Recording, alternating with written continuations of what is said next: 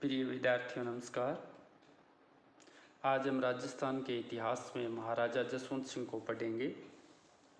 हमारा जो टॉपिक एक तरह से चल रहा है कि किन शासकों के द्वारा मुग़ल सत्ताओं के साथ सहयोग किया गया, तो उस सहयोग की कड़ी में ही आगे जोधपुर के शासक महाराजा जसवंत सिंह के बारे में हम इस वीडियो में देखेंगे।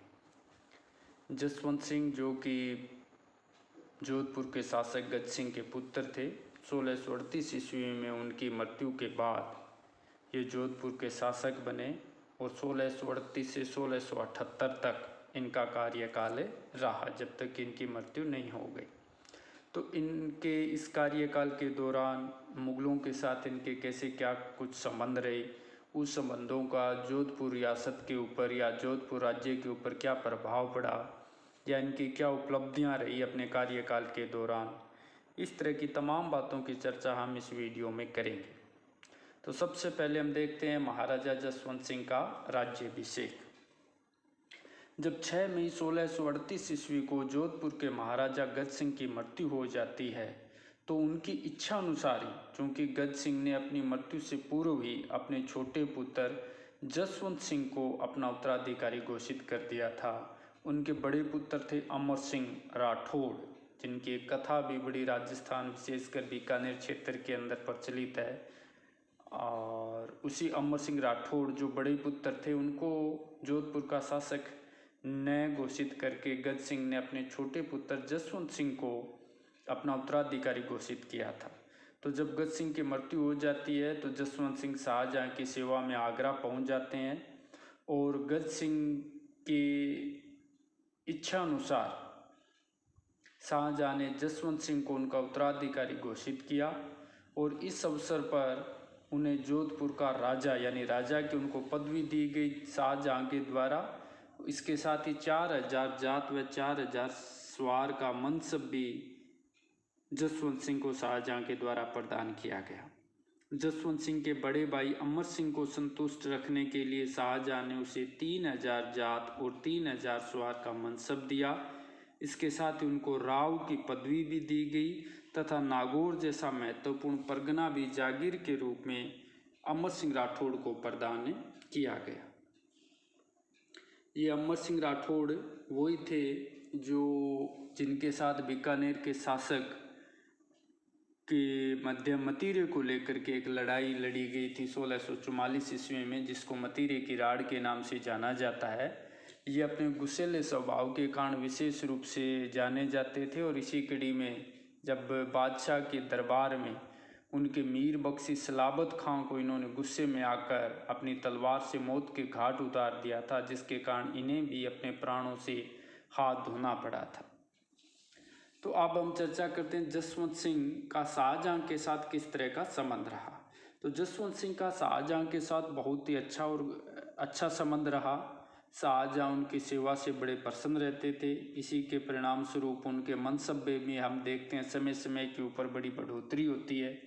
शाहजहाँ ने जब लाहौर के अंदर अपना राज्याभिषेक मना रहे थे या राज्याभिषेक की वर्षगांठ जब मना रहे थे, तो जसवंत सिंह का मनसब भी बढ़ाकर 5000 जात और 5000 सवार का कर दिया था। शाहजहाँ के शासनकाल में जसवंत सिंह का जो प्रभाव है वो बढ़ने लगा था। उत्तर पश्चिम में कंधार अभियान के अंदर जसवंत सिंह की कई महत्वपूर्ण सेवाएं ली गई थी उनके समय में, और उनकी इन्हीं सेवाओं से प्रसन्न होकर शाहजहाँ ने उनके मनसब में और बढ़ोतरी करते हुए इसको 6000 जात तथा 6000 सवार का घोषित कर दिया था और साथ ही महाराजा की उपाधि से भी विभूषित किया था। तो जसवंत सिंह ने भी अपनी भतीजी का विवाह दारा के बड़े पुत्र सुलेमान सिकाऊ के साथ संपन्न कर मुगलों के साथ अपने पारिवारिक संबंधों को और मजबूत बनाया। तो कुल मिला के हम कह सकते हैं कि शाहजहाँ के समय में जसवंत सिंह का प्रभाव है मुगल दरबार में बड़ा अच्छा था। चाहे उसकी रणनीति शाहजहाँ की जो भी रही हो, चाहे राठौड़ों और कछुआओं के बीच में संतुलन बनाने की रही हो या अपने प्रभाव में लाने की रही हो, लेकिन जसवंत सिंह का जो प्रभाव है शाहजहाँ के समय में ठीक रहा। अब बात करते हैं जसवंत सिंह और उत्तराधिकार संघर्ष। सितंबर 1657 ईस्वी में शाहजहाँ गंभीर रूप से बीमार पड़ जाते हैं तो इस कड़ी में उन्होंने अपने सबसे बड़े पुत्र दारा शिकोह को अपना उत्तराधिकारी घोषित किया। दारा शिकोह इस समय दिल्ली और पंजाब का शासक था, लेकिन ज़्यादातर समय वो आगरा में या दिल्ली में अपने पिता के साथ ही गुजारते थे। तो जब दारा शिकोह को उत्तराधिकारी घोषित कर दिया गया तो शाहजहां के अन्य जो 3 पुत्र थे वो दारा शिकोह से ईर्ष्या करने लगे।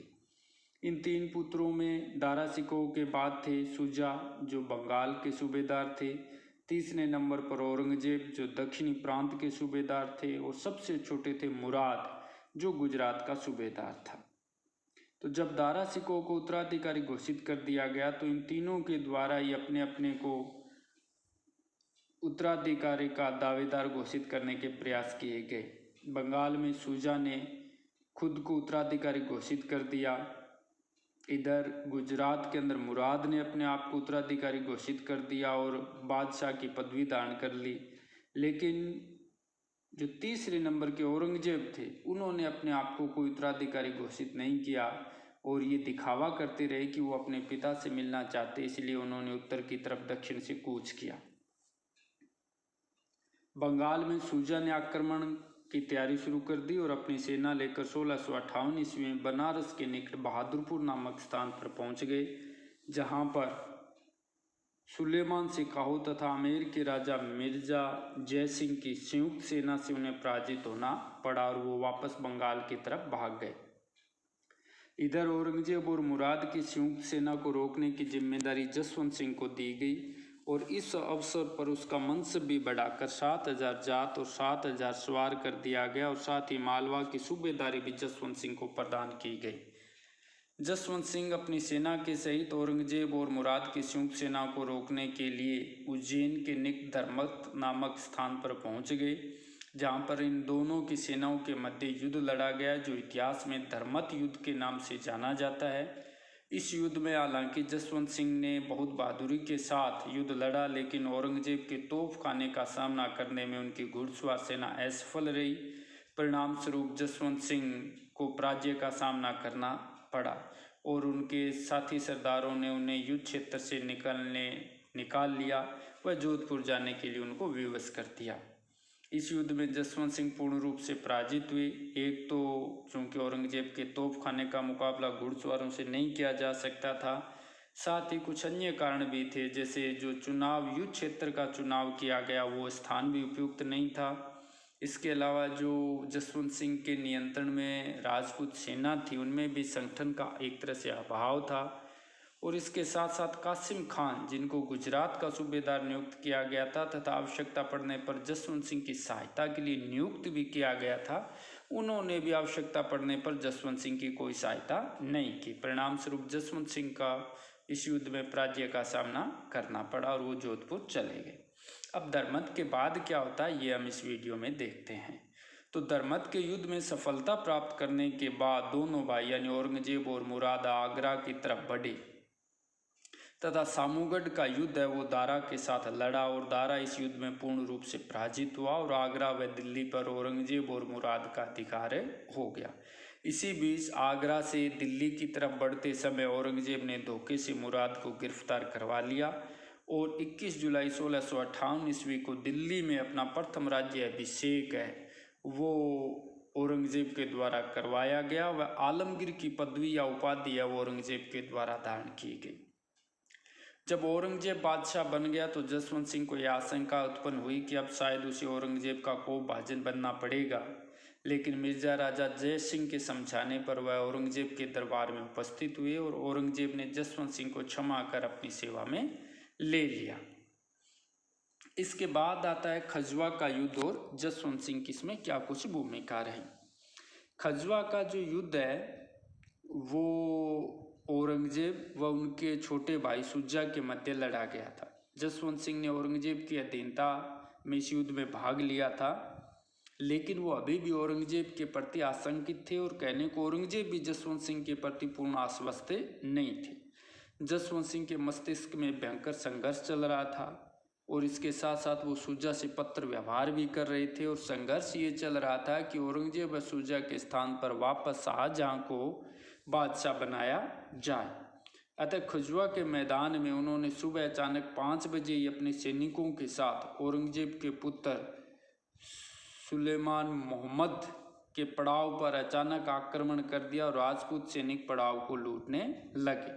यानी वो औरंगजेब के खेमे में ही थे, लेकिन औरंगजेब के प्रति आशंकित रहने की वजह से और शाहजहां को शासक बनाने की इच्छा से उन्होंने उनके पुत्र के शिविर पर आक्रमण किया। जसवंत सिंह के इस विश्वासघात से औरंगजेब अत्यधिक क्रोधित हुआ, परंतु उसने बड़े संयम से काम लिया और अपने सैनिकों को समझा बुझाकर शांत किया तथा व्यूह रचना अपनाकर अगले दिन शुजा को युद्ध में परास्त कर दिया। इसके बाद हम टॉपिक लेते हैं जसवंत सिंह और दारा सिकाम। अब जब खजुआ से लूटपाट करके जसवंत सिंह जोधपुर चले गए, अब उसे अपने राज्य पर औरंगजेब के आक्रमण की चिंता सताने लगी और इस समय जसवंत सिंह और दारा सिकोह दोनों को एक दूसरे की सहायता की आवश्यकता थी और इस सिलसिले में दोनों के मध्य पत्र व्यवहार भी हुआ। और इसी कड़ी में दारा, जो पहले दक्षिण भारत की तरफ जाना चाहता था, वो जसवंत सिंह के आश्वासन पर अजमेर की तरफ आया। लेकिन इसी बीच मिर्जा राजा जय सिंह ने जसवंत सिंह को समझा बुझाकर औरंगजेब की तरफ लाने का प्रयास किया और जसवंत सिंह भी परिस्थितियों को अच्छी तरह से समझ रहे थे, क्योंकि उन्हें लग रहा था कि अब दारा का जो सूर्य है वो अस्त होने को है और अगला जो बादशाह है वो पूर्ण रूप से औरंगजेब ही होगा। इसलिए जब दारा सिकोह के द्वारा अजमेर पहुंचकर बार बार सहायता के लिए लिखा गया तो जसवंत सिंह ने सहायता देने से इनकार कर दिया। इससे दारा को बहुत आघात पहुंचा, यानी जसवंत सिंह के वो आचरण से बहुत गहरे रूप से प्रभावित हुए, क्योंकि वो अजमेर में थे और चारों तरफ से औरंगजेब की सेना से घिर भी चुके थे। इसीलिए अब अजमेर से निकल भागने का भी उनके पास कोई विकल्प नहीं था, कोई मार्ग नहीं था। अतः विवश होकर 1659 ईस्वी में उन्होंने अजमेर के पास देवराई नामक स्थान पर औरंगजेब की सेना के साथ घमासान युद्ध किया, जिसमें वह पराजित हुए और प्राण बचाकर गुजरात की ओर भाग गए। तो यहाँ तक हमने जसवंत सिंह और औरंगजेब के साथ, दारा सिकाओ के साथ उनके संबंधों को देखा है। अगले वीडियो में हम इसी टॉपिक को कंटिन्यू करेंगे।